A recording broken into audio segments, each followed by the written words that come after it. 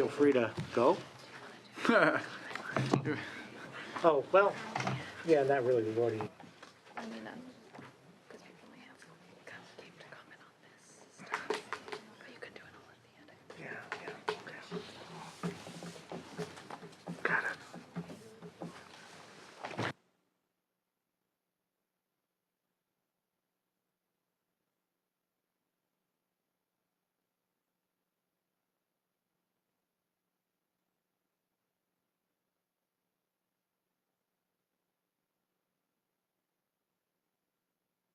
Yeah, in consultation with staff, as I said at the very beginning, we're going to be hearing more detailed K-12 information in our hearing tomorrow.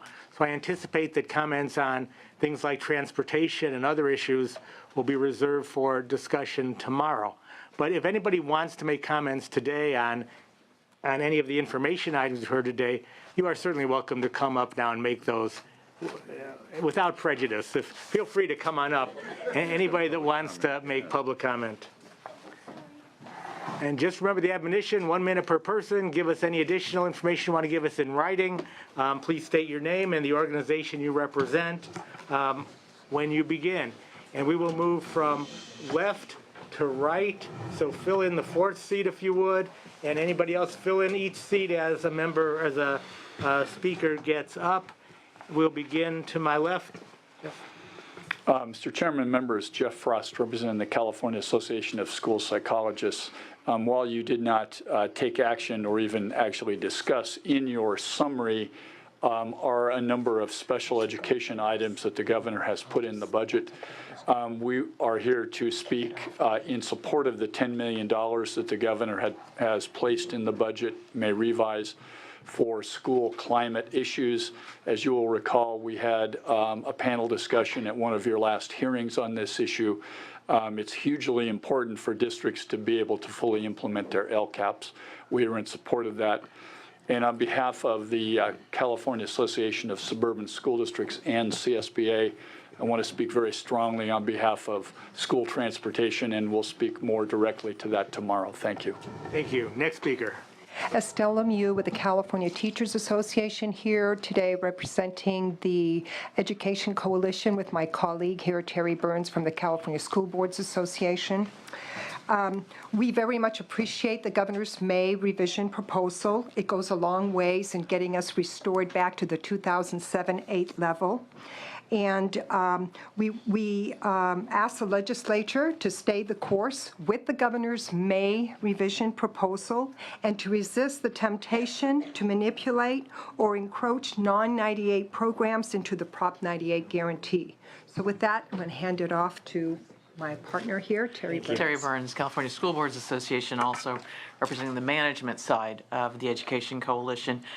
We very much appreciate the governor's efforts to retain flexibility and fully fund the LCFF. Continuing to keep programs, their decisions at the local level is very important to us, and so we would like to appreciate that.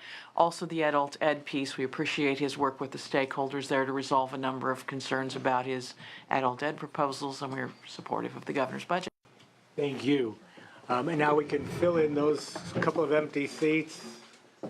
Hi, my name is Laura Fair, and I'm with Public Counsel Law Center and also the Fixed School Discipline Policy Coalition. I'm also here to commend the governor on the $10 million that is in the trailer bill, and to also reinforce that we look forward to working together with the subcommittee and members, hopefully to ensure that that funding really goes towards school climate, towards creating a more tolerant education environment, support for our young people who are struggling with behavior and attendance, and also to really address discrimination that we're seeing in schools. So we look forward to, hopefully, as in the last discussion, working on those revisions and technical fixes to the language that is currently in the budget. So thank you. Thank you. Appreciate that. Next speaker.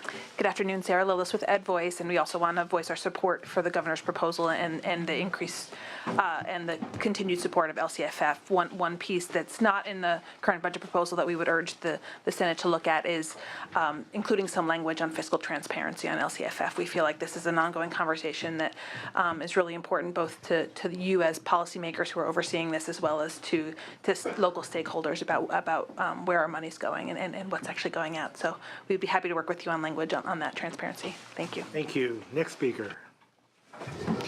Erin Gable on behalf of First Five California and our Early Childhood Education Coalition. The sergeants just passed out a letter that we shared that has more detailed overview of our position on the May Revise, so I will keep my remarks very brief to say that we were disappointed in the May Revise's lack of inclusion of robust investments in early learning, as this is a robust Proposition 98 year, and it makes sense to invest in this early education arena. We urge the Senate to seize this opportunity to invest in our early learning system with significant Prop 98 investments consistent with the priorities that have already been covered in your subcommittee hearings, and namely around rate increases, around restoration of access to all of our programs, and quality system development. In addition, specific to the May Revise, we support their inclusion of new federal funds toward a QRIS block grant for infant toddler care providers, and look forward to working with the legislature and the administration towards the inclusion of this in the budget year. Thank you. Thank you. Next speaker. Good afternoon, Deborah Brown with Children Now. So we would echo the comments of Ms. Gable regarding the need for investment in early learning, and think this is a wonderful opportunity to do that. Having said that, we do appreciate the governor's funding of LCFF and his continued commitment to use ongoing resources to really close the funding gap. We'd also note that it would be good if we could take some of the one-time funding that's set aside for mandates and use that for dedicated funding for Common Core and Next Generation Science Standards implementation.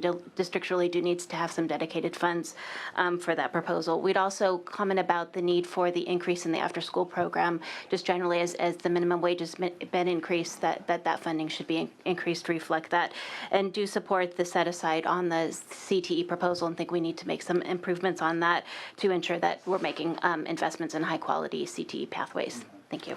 Thank you. Next speaker. Senator Block members, Michael Holsizer here today on behalf of the Kern County Superintendent of Schools. I have to return to Kern County tonight to meet tomorrow and the next day with business officials and superintendents, so I'll indulge you or ask you to indulge me and let you make a few comments that I would probably make tomorrow. We are generally very supportive of the governor's very consistent approach to fiscal discipline in the May revision and in his budget. He's not only committed to fiscal discipline, but he has been committed to restoring core funding to essential services in education and resisting the creation of new programs, and we support that. We're very supportive of his May revision. With that said, we do think, consistent with those principles, that this is the year that the legislature needs to fund transportation equalization. Senator Block has been courageous in introducing SB 191, and we think with $6.1 billion Your time is up, but I like where you're going, so keep going. With $6.1 billion of new ongoing revenue, this is really the time to make the investment in really the program that is inequitably funded in education today. And you'll hear more about that tomorrow from other speakers, but we certainly want to associate with that. Thank you. Next speaker. Dave Walrath, representing Small School Districts Association. Similar to Mr. Holsizer, I also cannot be here tomorrow afternoon and do want to speak on transportation. Small school districts primarily are rural school districts. Many of our districts have 1 student per square mile. The only way those students can have access to public education is through school transportation. They don't have parents who can potentially bring them to school on the hours and the time. We need transportation, and as Mr. Holsizer said, this is the one program who has significant inequities, and we too appreciate the leadership of the chair, Senator Block, in trying to address that through Senate Bill 191, and we hope you'll be able to provide funding for that bill. Thank you. Thank you. Next speaker. Enrique Ruacho with the California Association of School Business Officials, and we appreciate and we're very supportive of the governor's May revised budget, and we also look forward to commenting further tomorrow on some of the pieces and components, including in support of the home to school transportation program, and we thank you for your leadership on that bill. Thank you. Thank you. Next speaker. Good afternoon, Marta Alvarez on behalf of the San Diego Unified School District. For the most part, we're also very supportive of the governor's proposal. We think it's a wise investment, the $6.1 billion for LCFF. We think it's important that the state during these good times, that it fully implements LCFF before creating new programs or restoring past programs that were reduced. We want to keep the integrity of Prop 98. And so as much as there's a lot of state interest in other programs, we also have local needs. And so we just urge the legislature to keep the 6.1 for LCFF. There's one issue that's not part of the budget that we hope there'll be conversation regarding the RRMA flexibility that sunsets at the end of this year. We'll be providing language to the staff for you to consider it as part of the final budget. Thank you. Thank you. I'd like to thank all the speakers for staying within the minute and being very clear and concise. Any other member of the public wish to speak on Part A of the agenda? If not, we will now move to Part B of the agenda, which just at the beginning of this session, I mentioned that issues 1 through 4 are being put off until tomorrow. Those issues related to library funding. So we will begin on vote-only items 5 through 9.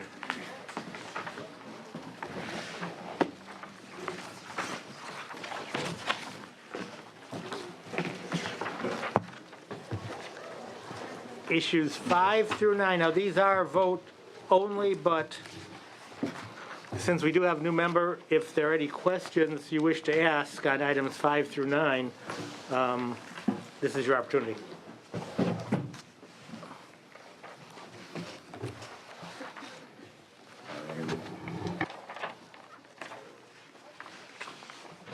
Then we were just referring to item 5 or all 5, 6, 7? We'll start with 5. Then I'm good on number 5. Good on number 5? If there are no questions then on item number 5, we'll move to a vote. We'll vote on each item separately. That's probably the best way to do this. Any public comment on item number 5 before we vote? Seeing none, please ask staff to read the motion and call the roll. Approve community college may revise technical adjustments as outlined on page 3 and conform to Proposition 98 package as necessary. Senator Block? Aye. Senator Allen? Aye. Senator Morlock? Aye. Show that passing 3-0.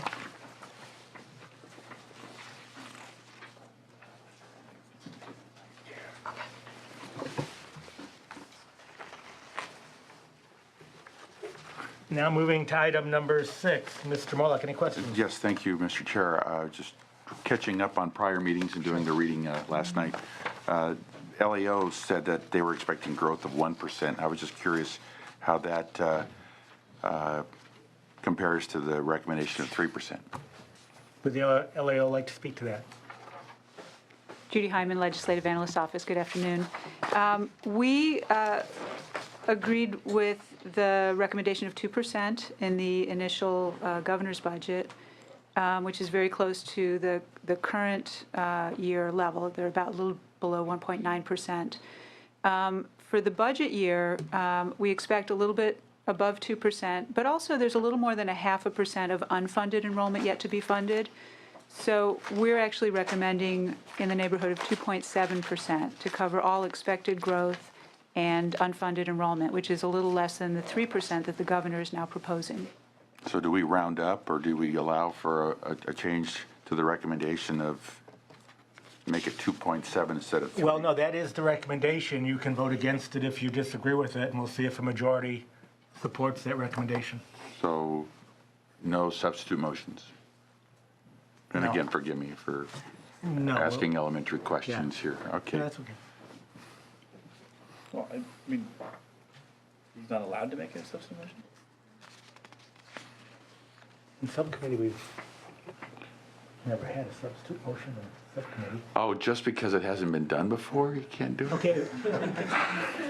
I'm sorry, Marty. No, Senator Morlock, if you want to make a substitute motion that we reduce the growth funding for community colleges, contrary to the advice of the governor and the LAO and the community college system request, you certainly have a right to do so. Well, thank you. Then, let's say this motion loses, then can you make a motion instead of? Absolutely. Okay, Sure. so then we do this one first, and I'll follow your lead, and then if it fails, then I will make a another motion. That's fair.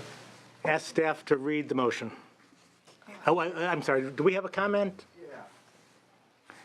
I think we have an open seat here, and since there's one comment, you can just sit and make your comment. Up to a minute. Okay. Thank you. Mark McDonald, McCallum Group, on behalf of a number of local community college districts, San Diego, Los Angeles, South Orange County, Kern, Los Rios, and we believe that the 3% is the right number. Our districts can get there, especially with the new growth formula that creates a constrained growth rate for each district.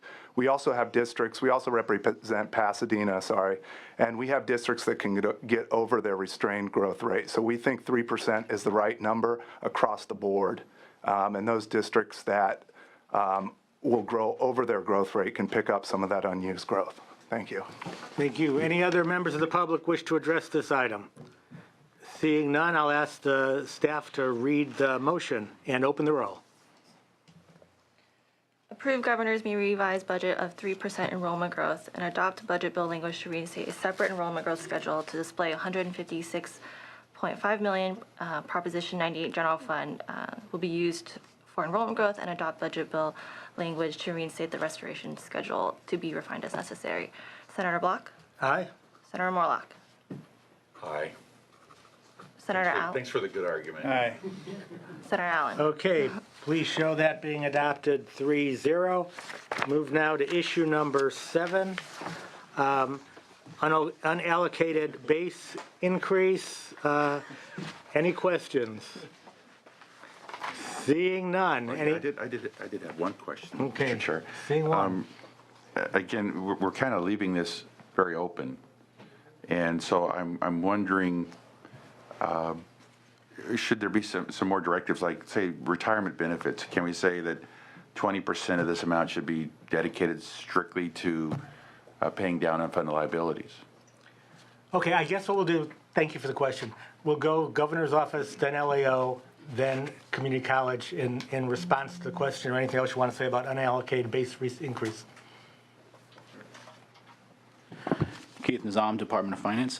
The May revision provides an additional $142 million to pay for in recognition of increased base operation expenses. So that's the proposal we put in the May revision. But it's carte And how blanche. does the LAO feel about that? I'm sorry. Judy Hyman, LAO. We raised a concern also in January. In the January budget, the governor provided $125 million in unallocated resources for the same purpose. And now it's another $142 million for a total of more than $250 million in unrestricted unallocated funds that the administration suggests could be used for those sorts of things like paying down liabilities, but doesn't require that they be used for that purpose. So our recommendation here is to you could approve the $125 million from the January budget, but then the additional resources, the $142 million, perhaps use that to further reduce the mandate backlog or deferred maintenance. These are approaches that would provide a cushion in the event that revenues decline in the future and would help prevent having to cut ongoing program, and would set clearer expectations for the colleges about how you expect them to use these large augmentations. And community colleges. Yes, thank you, Mr. Chair. Members, Dan Troy on behalf of the California Community College Chancellor's Office. We're supportive of the governor's proposal to add $267 million to our budgets for base operating expenses, and we support it being done in this unallocated fashion for a couple of reasons. Part of the reason, as your agenda mentions, is that we went 5 years without a COLA, and that was essentially an unallocated reduction to districts' purchasing power. So we think it's fair to restore it, and similarly in an unallocated manner. Also, looking ahead to the PERS and STIRS costs that districts face, and note that we've calculated, when fully implemented, that those annual increases will be about $400 million a year. That does speak to the need to shape district budgets to prepare themselves to fund those obligations as they arise.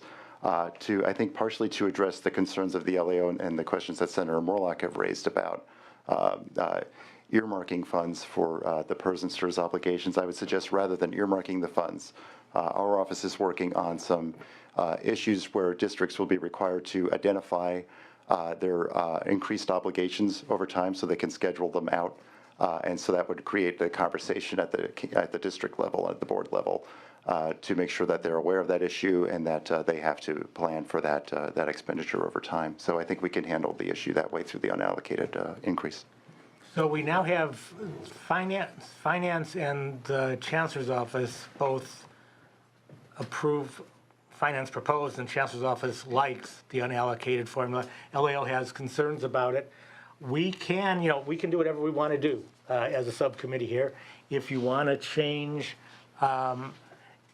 we'll have a vote on the initial agendized motion first.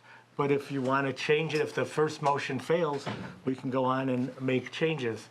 Again, knowing we have new members this year, it's better to try to address these. We did discuss, any of the vote-only items were discussed earlier, but possibly before you were on the committee. So that's the best time to suggest changes. But being new to the committee, it's understandable you have questions now. And so let's ask for public comment. We'll take a vote on the motion as it is. And if the motion fails, then we will see if we can come to an agreement of what passes. Up to 1 minute each. Yeah, Mark McDonald, McCallum Group again, and I would only add, we're in concurrence with Department of Finance and the Chancellor's Office. I would only add to the Chancellor's Office comments is that when we were reduced, districts reduced their budgets in different areas. And so as you're building back, there are going to be different areas that those districts are going to be building back their budgets. And so to put parameters on this money wouldn't serve well for certain districts. So we would ask that it be unallocated. Thank you. Thank you. Next speaker.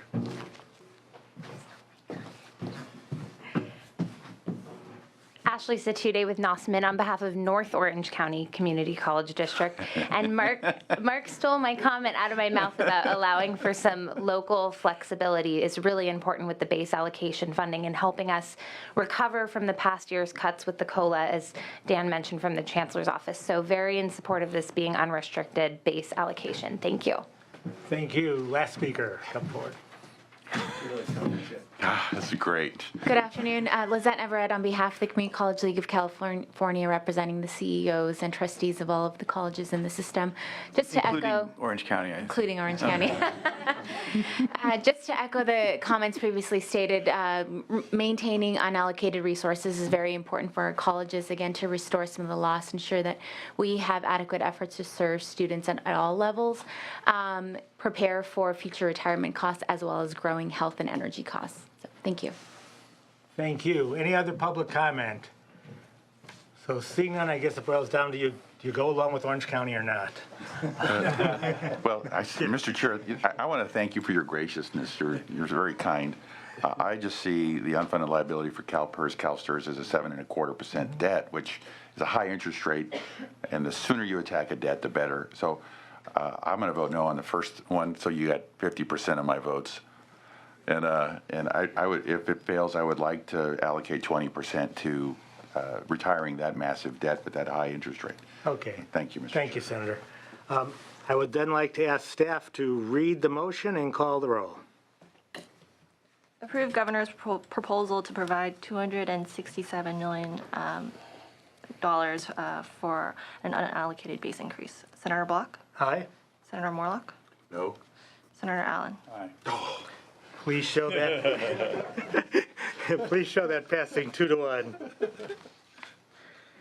And now we move to issue number 8, programmatic workload. Any questions from senators? Yes, Senator Morlock. I'm just dividing 6 into 340,000. I'm just kind of curious, what kind of people or what kind of positions are these?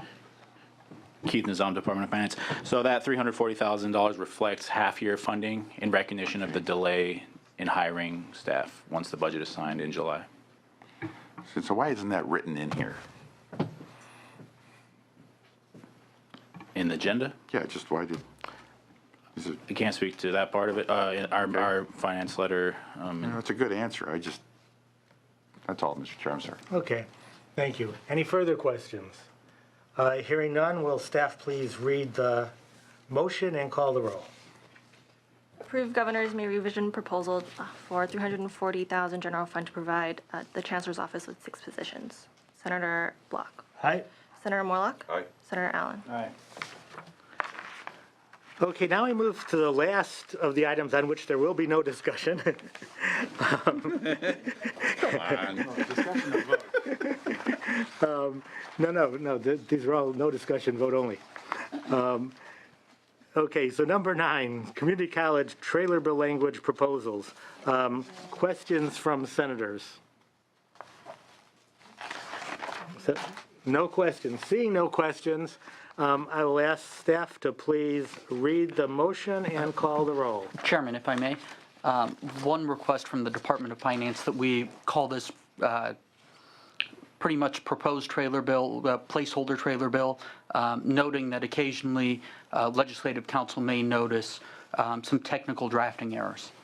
Okay, thank you. So the motion then will be to adopt this as proposed trailer bill language. Adopt the listed trailer bill language on page 5 and 6 as placeholder trailer bill language. Senator Block? Aye. Senator Morlock? Senator Allen? Aye. Okay, show this passing 3-0. Now we move to the items on which there will be full discussion. First, we have issue number 10. I'd like to call up as panelists Keith Nizam from the Department of Finance, Judy Hyman, Legislative Analyst's Office, and Dan Troy, still with us for community colleges. We'll start with Department of Finance. Oh, you're all here. Thank you. Keith Nizam again from the Department of Finance. Based on the administration's revenue projections and estimate of available Proposition 98 resources, the May revision provides over $600 million in additional funding to community college districts since the governor's budget and over $1 billion since the 2014-15 Budget Act. These funds are invested in various programmatic areas to increase student access and to improve student outcomes, while providing college districts some flexibility to locally determine the best approach to serve the educational and workforce needs of their communities. The primary components of the community college May revision include the following, and I'll leave out the items that we've already spoken about. There's $275 million to increase funding to pay down the mandate debt backlog. There's $148 million in one-time funding to pay for facilities maintenance and repair, as well as instructional equipment. There's $75 million in apportionment funding to increase full-time faculty based on district's relative progress towards the statutory 75% full-time faculty requirement. This is in recognition that full-time faculty are associated with improved levels of student engagement and success relative to part-time faculty. There are 2 proposals related to basic skills for a total of $62 million. First, there's a $60 million proposal to establish a basic skills and student outcomes grant program to provide incentive for community colleges to improve delivery of basic skills education through the use of evidence-based models of placement, remediation, and student support. This is in recognition that 70% of students that are incoming to the community colleges are in need of remedial instruction, and the importance of providing an effective instruction in this area. Secondly, there's a $2 million proposal for a community college and California State University Basic Skills Partnership pilot program to provide incentive for community colleges and the CSU to coordinate efforts to provide CSU students basic skills instructions through the community colleges. This is intended to provide more cost-effective remedial instruction using available Prop 98 growth funding, and could free up CSU resources for other purposes. Next, there's a $15 million increase to further invest in student equity funding to improve student outcomes of underperforming students. There's an additional $15 million to implement strategies to improve student success and outcomes, of which $12 million is to develop and distribute effective professional, administrative, and educational practices in various program areas, with emphasis on inmate education and conservation core instruction. There is an additional $3 million to provide technical assistance for underperforming college programs across the state. Further, there's budget bill language that's added to implement enhanced support services for foster youth at up to 10 community college districts pursuant to SB 1023 that was signed last year. And additionally, as a part of our policy goal to expand and enhance inmate education, there's intent language that the Chancellor's Office find districts that wish to implement ongoing inmate education programs and to make local investments to attract private funding that we hear is available to districts to provide those services. There's additionally $2 million for COLA for several categoricals, the EOPS program, CalWorks, DSPS, and the campus child care support. And lastly, there's several technical adjustments related to local revenues, apportionment COLA, percentage changes, and various other adjustments that were covered in the vote-only section. Thank you. Good afternoon.